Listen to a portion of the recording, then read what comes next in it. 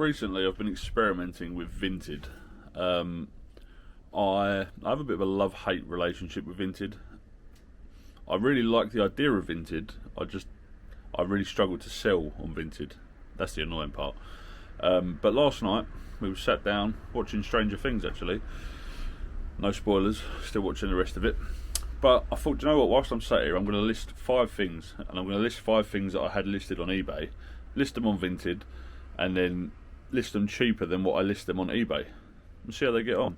And it really didn't take long for things to start selling. One of the things I listed, it literally sold as quick as I listed it, which is nice.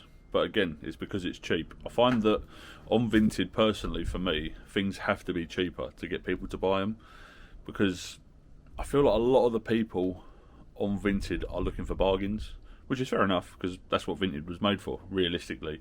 Vinted was made as people just selling things out of their wardrobe, their house, whatever it might be. Personally, for me, I find that Vinted is very focused heavy on like clothing and footwear. I know that they now do a lot of items like electrical, household, pets, consoles, tons. You can sell anything you want on Vinted really now.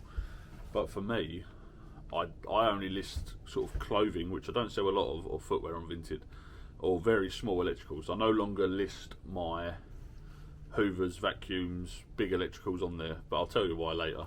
A lot of you may already know. But let me show you what I've sold. There's a very, very common theme in what I've sold, but let's show you.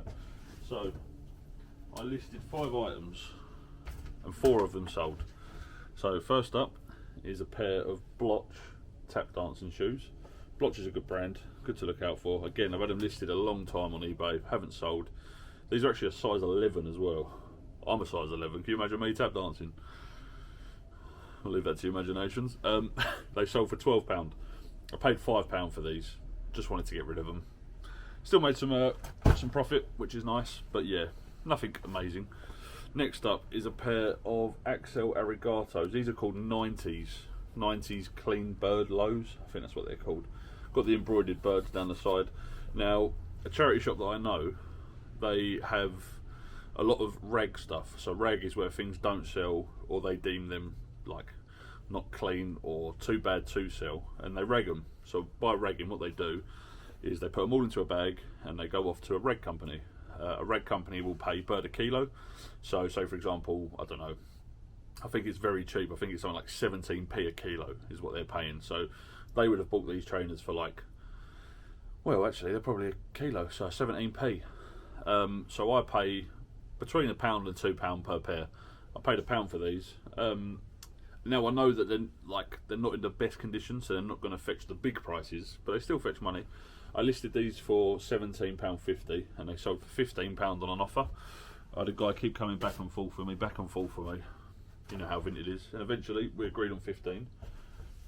Then next up, if you found out what the theme is yet, another pair of footwear. These are Salomon Gore-Tex boots.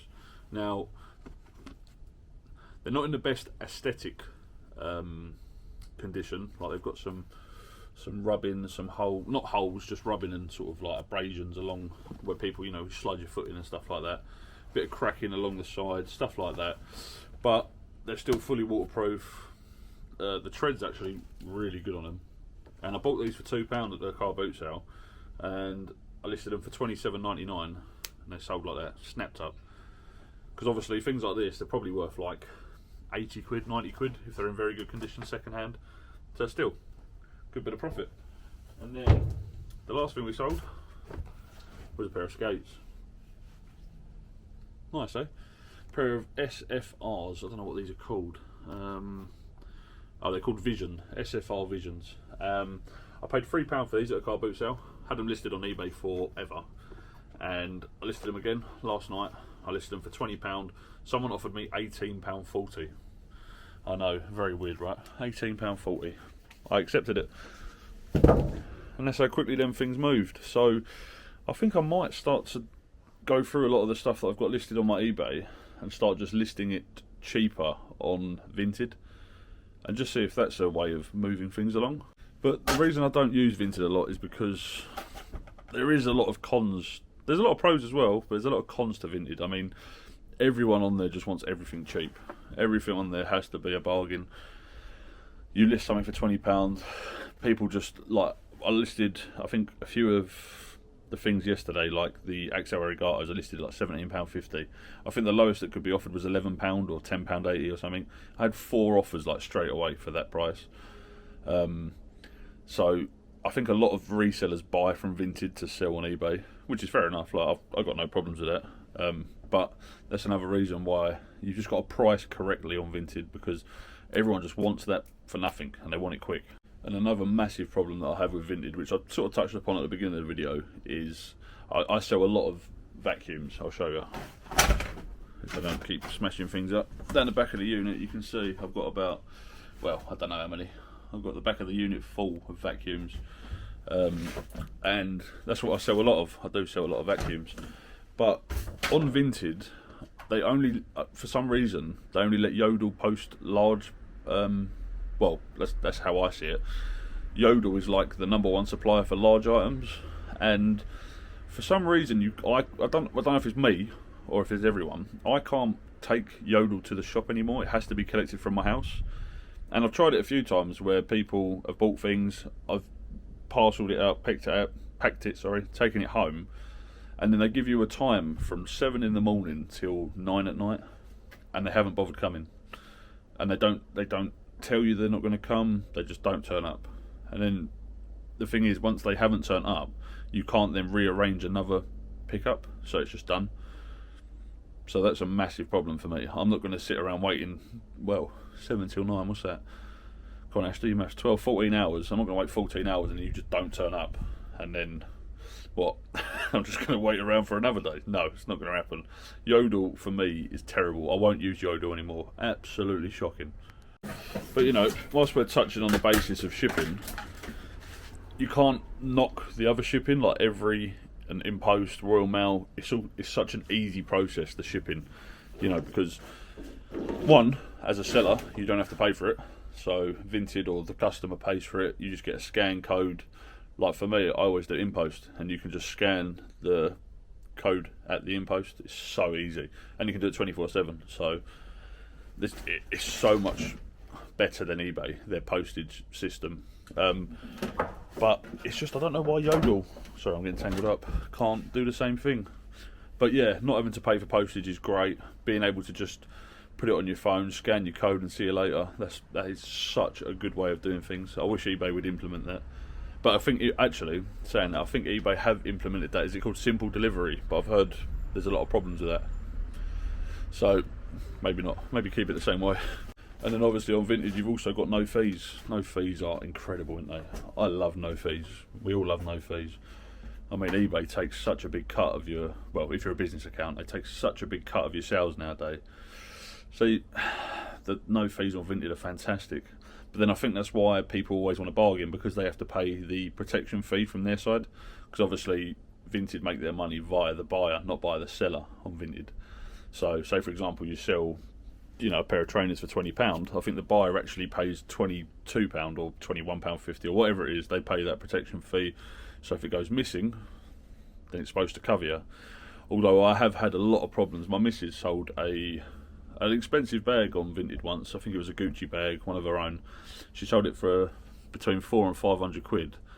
And Yodel, of all people, I said to her, don't send it with Yodel, don't send it with Yodel. She did, because that's who it come through, that's who the buyer had chosen. And it went missing, and it took her 4 months to get her money. Because if you've got a problem with Vinted and you want to get in touch with the customer service, there is no customer service. Customer service on Vinted doesn't exist. It's not a real thing. It's a it's a placebo. You message them and you have to wait like 48 hours for a response, and then you have to wait. Yeah, she waited, honestly, I think it was between 3 and 4 months to get her money. And the thing is you know, it's fine if you're buying and selling for a living, because that's what we do. But if you're selling your own goods and they go missing, do you know what I mean? Like, she eventually got her money back.